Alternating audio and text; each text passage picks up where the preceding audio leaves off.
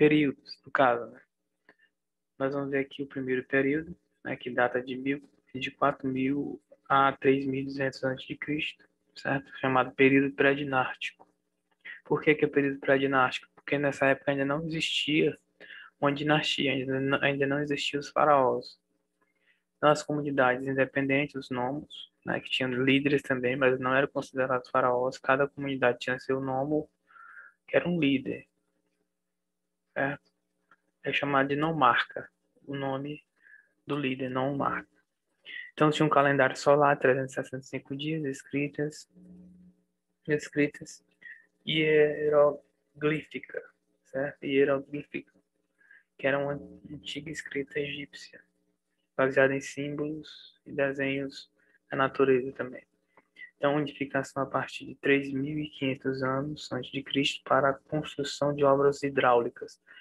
Foi o que depois ficou conhecido como o faraó Menés, que ele uniu o Alto e o Baixo Egito, transformando em apenas uma unidade administrativa, né? Menés foi o faraó que, em 3.500, unificou o Egito, né? Aí nós temos o período dinástico, certo? 3.200 a 525 a.C., bastante longo esse período.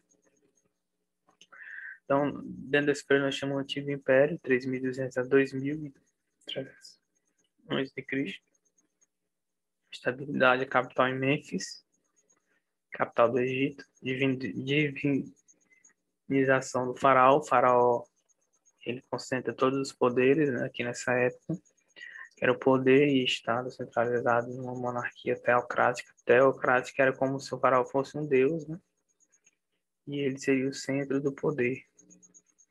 A construção das grandes pirâmides, 100.000 homens em 20 anos para construir Kelps, né, que é a pirâmide mais famosa hoje, uma das 7 maravilhas do mundo antigo. Aí tinha os vizeres, sacerdotes, que era muito importante a figura do sacerdote, quase como o faraó. Eles tinham grandes privilégios de sacerdotes. Escribas e os nomarcas, que eram aqueles líderes dos nomos, né, que se tornaram também bem fortes no Egito, da dinastia, dinástico, né?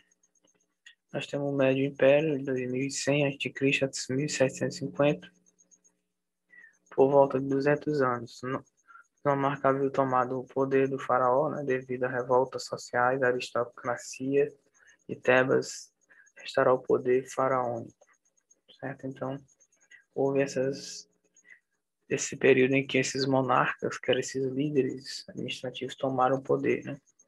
Então, diminuição dos tributos e concessão de terras aos camponeses, certo?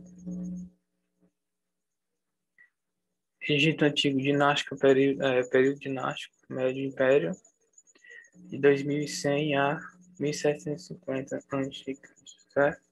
Relação comercial ampliadas com o Oriente, muita relação, né, comercial. Então, os Hyksos, a partir de 1750, dominavam os egípcios, dominaram, né? Dominam os egípcios com arma de ferro, cavalo e carros de guerra. Esses Hyksos eram conhecidos também como os faraós negros, né? O povo ali da África ali, que chegaram a dominar o Império Egípcio. Aí nós temos o Novo Império, que é de 1580 a 525. Tebas restaura o poder político, né? Ele toma o poder dos Hyksos, que tinham dominado aquela área.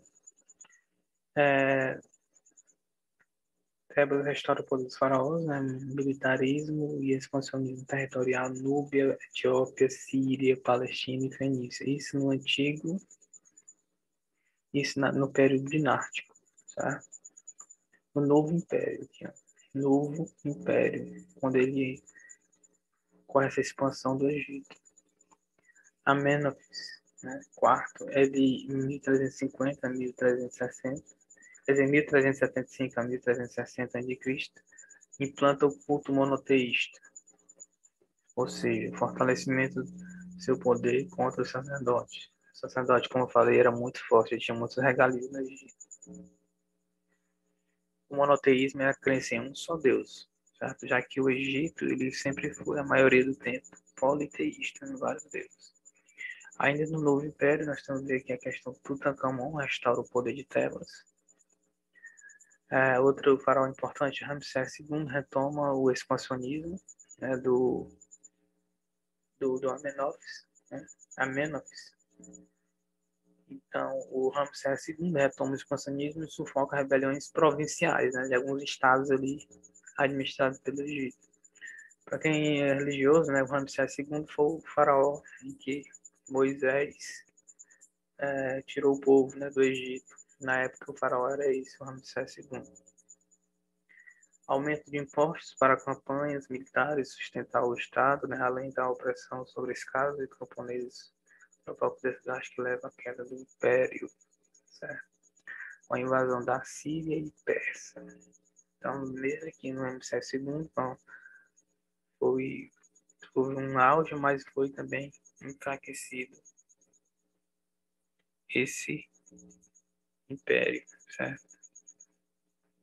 Temos aqui uma parte da sociedade, nós temos escravos, camponeses, burocratas, eram funcionários do faraó também, né? Sacerdotes, militares, aristocratas, pessoas aqui da alta, considerada a alta sociedade aqui do Egito, né? E além do faraó e família que estava no topo da pirâmide, certo?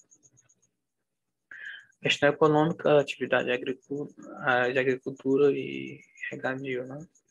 Complexo sistema hidráulico, trigo, cevada, legumes, algodão, linho, né? Lentilha e uvas, pecuária, bovina e caprino. Sobre a economia, outras atividades, artesanato, tecidos, né? No Médio Império, comércio com a Fenícia, Creta, Síria e Palestina. Papel fundamental do Estado, né? Controle da produção, recrutamento, tributos, contabilidades, escrituração, tudo isso fazia parte do Antigo Egito, né? Elementos culturais mais desenvolvidos, né? Politeísta e antropomórfica. Esse antropomórfica são figuras aí de deuses com misturas de humanos com animais, certo? Politeísta acreditava em vários deuses. Nós temos aqui, como por exemplo, o Amon-Ra, Osíris e Íris, deuses agrários e fertilidade. A Shira do Nilo e o retorno ao leito normal representava a morte de ressurreição de Osíris. Eles acreditavam também da vida além da morte, um culto aos mortos e mumificação, certo? O Egito Antigo, a arte escrita, por exemplo, né? Fins políticos e religiosos, arquitetura, as pirâmides e palácios, escultura rígida e político-religiosa. Sempre tinha esses temas, né? A questão da escrita tem os hierógrafa, que é a religiosa, tem a hierárquica, simplificação, e a demótica, que é a popular, a escrita. Então, essas aí são um pouco sobre o Antigo Egito, quero que vocês estudem. Que eu passo para responder as questões que tem logo mais, certo, gente? Foi bem rápida essa abordagem, mas é isso. Então, valeu e até a próxima.